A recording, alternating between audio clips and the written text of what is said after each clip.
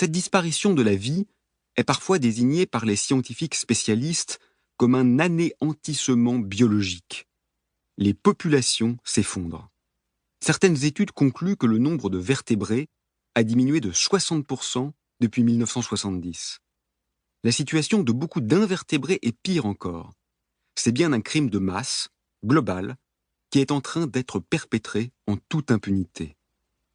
Chaque année, la surface des villes progresse d'environ 400 millions de mètres carrés. La déforestation à des fins agricoles est plus inquiétante encore. À l'échelle mondiale, seul un quart des terres a échappé aux effets substantiels des activités humaines. Il n'en restera plus que 10% dans 30 ans, en grande partie dans les déserts, montagnes et régions polaires. La pollution tue probablement environ 3 fois plus d'humains que le sida. Elle cause environ 6 millions de morts par an et progresse notablement, en particulier dans les pays pauvres et les lieux de développement industriel rapide. Aujourd'hui, 17 pays sont en situation de stress hydrique extrême et 27 autres, dont certains en Europe, sont en situation de stress hydrique élevé. Pas moins de 25% de la population mondiale pourrait bientôt manquer d'eau. En une seule journée de l'été 2019, plus de 11 milliards de tonnes de glace ont fondu au Groenland.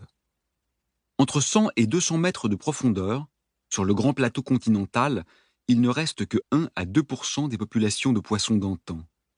Une bonne partie de la grande barrière de corail, un lieu à juste titre emblématique de la biodiversité, est en voie avancée de disparition.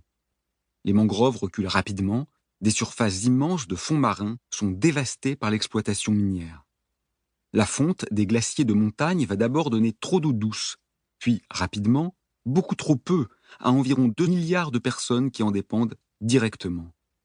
Les glaciers et le permafrost contiendraient de plus environ 800 000 tonnes de mercure qui seront libérées dans les eaux potables. Les plantes disparaissent 350 fois plus vite que la norme historique. Plus de 15 milliards d'arbres sont éradiqués tous les ans et il ne reste que 46% des arbres que la Terre comptait avant le début de l'agriculture.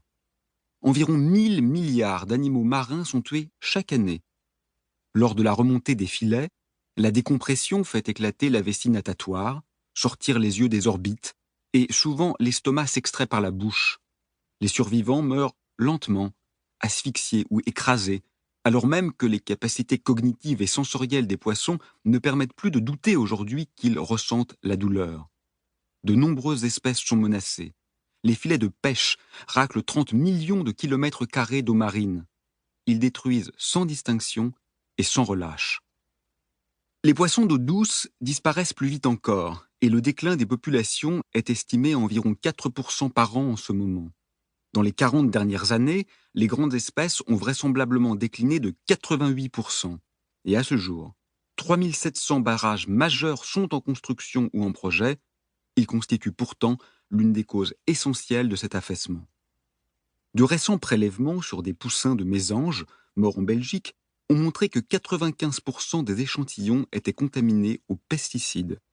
Plus de 36 types différents y ont été décelés, y compris du DDT, pourtant interdit depuis des décennies. Que ce soit au niveau des espèces ou à l'échelle des individus, la vie sur Terre est donc en péril. Les humains représentent 0,01% des créatures vivantes, mais ont causé 83% des pertes animales depuis les débuts de la civilisation. Une situation génocidaire d'une ampleur sans précédent, qui, de plus, commence à profondément nuire aux humains eux-mêmes. La première cause de cette atteinte à la vie est certainement la disparition et le morcellement des espaces habitables pour les non-humains. La barre des 75% de terres émergées endommagées par les humains a été franchie. Les animaux n'ont plus de lieu pour vivre. Les autres causes d'effondrement du vivant sont également connues. Des espèces invasives sont parfois introduites et leurs effets peuvent être létaux pour d'autres animaux. La surexploitation des ressources a des conséquences dramatiques. La pollution induit des effets dévastateurs à court et à long terme, sans mentionner les effets en chaîne.